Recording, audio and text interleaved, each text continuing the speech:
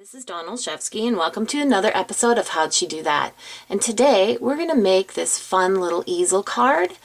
It has a window in it and it pops up like this.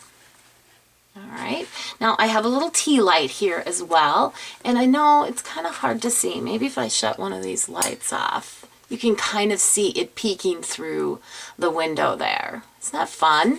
Now I learned this card while I was in Utah at an event hosted by Susan Adams and Janet Baker.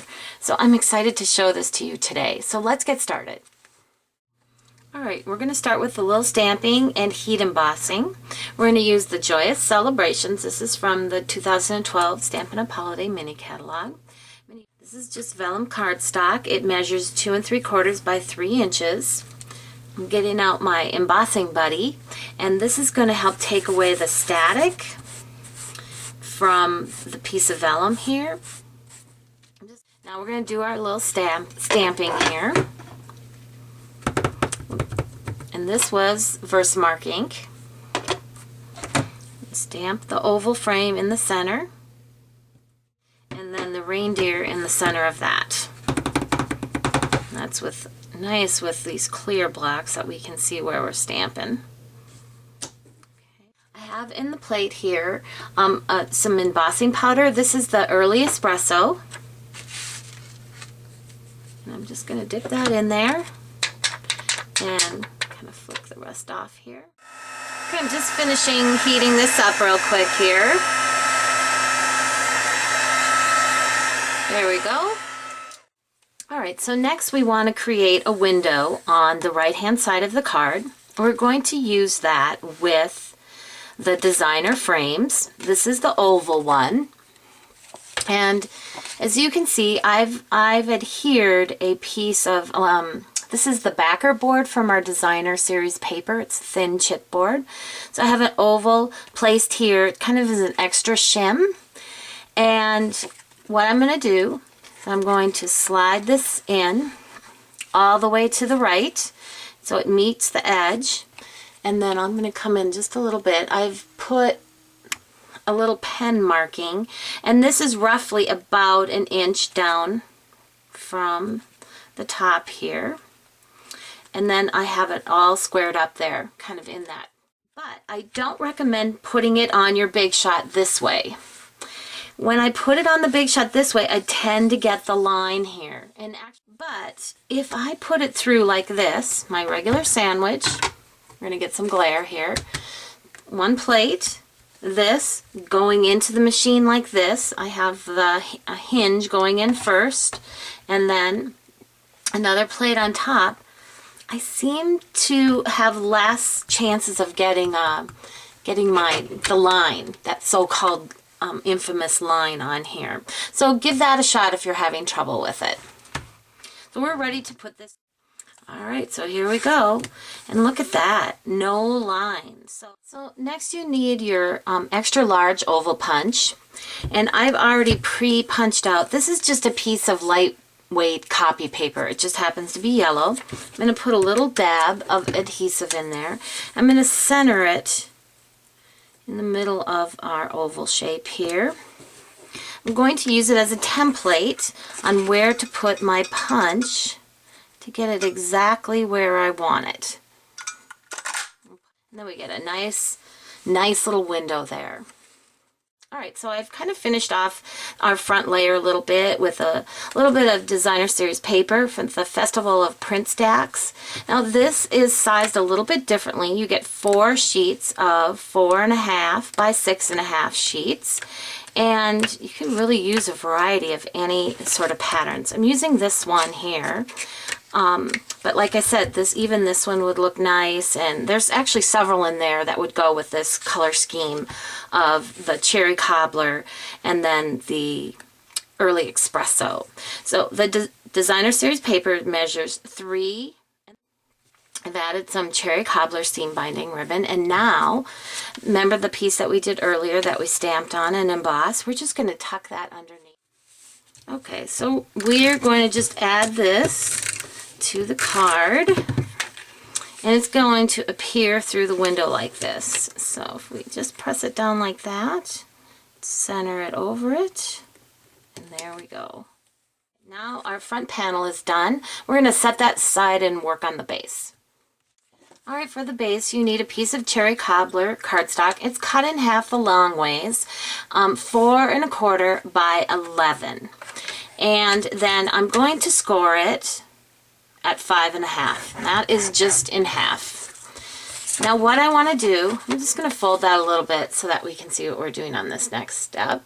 I want to create a diagonal fold. And so we're going to score that. Actually, I have to remember, we're going to score, when I'm looking at it like this, we're going to score from this top left over to the bottom right. All right? So let's slide it in this way. This is the corner I want to start with. All right, I want to match up my score line. Get in here as close as I can here.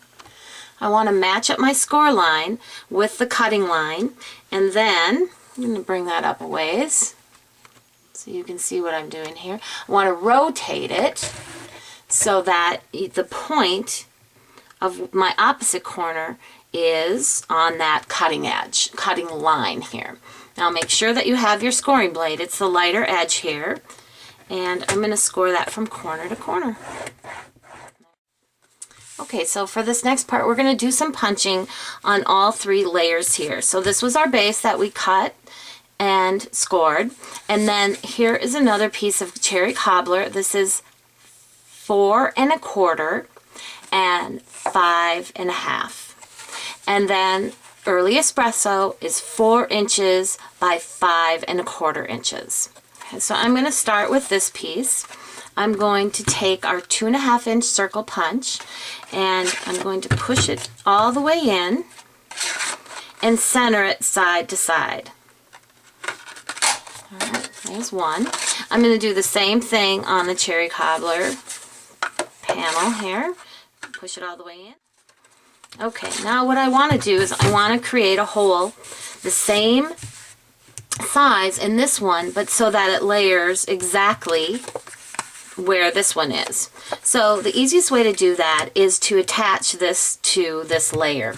Now typically I would turn this over and I'd put my adhesive here, but I don't want to get adhesive in this negative space. So I find it easier to put my adhesive here, just making sure that I'm not too close to the outer edges so that my adhesive doesn't appear when I put this layer on. I can flip this over. Now I know exactly where to put that hole. I'm going to push this all the way in, and I'm going to, there we go, and voila, you have your hole. Okay, so we're kind of ready to put this all together. We're going to fold this in half. Okay, get a score. And then we're going to take this, my diagonal fold, and come in closer so you can see where those scoring lines is, from here to here, and I want to fold it inside. Essentially, we're kind of folding it inside the card. Okay? At this point, I want to add adhesive only on this bottom half, and I'm pretty generous with the adhesive at this point. There we go. We're going to take this, go ahead and fold this again, and it fits exactly on top of the card. Okay?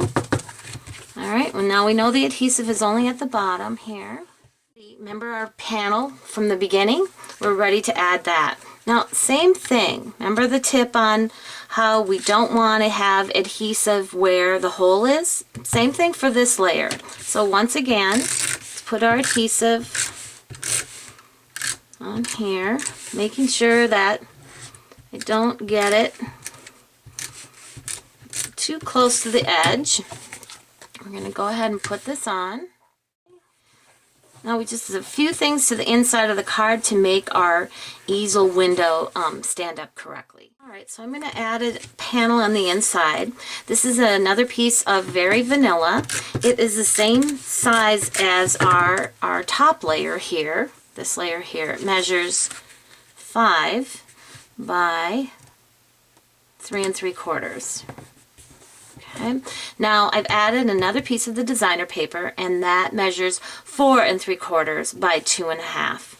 Now I'm getting ready to add this little greeting in here, and we're going to add that in a way to help our easel to stand up in the way that we want it. Add a couple dimensionals and have this ready to go. What you're going to do is your card is now going to fold. All right, that's that easel fold for us.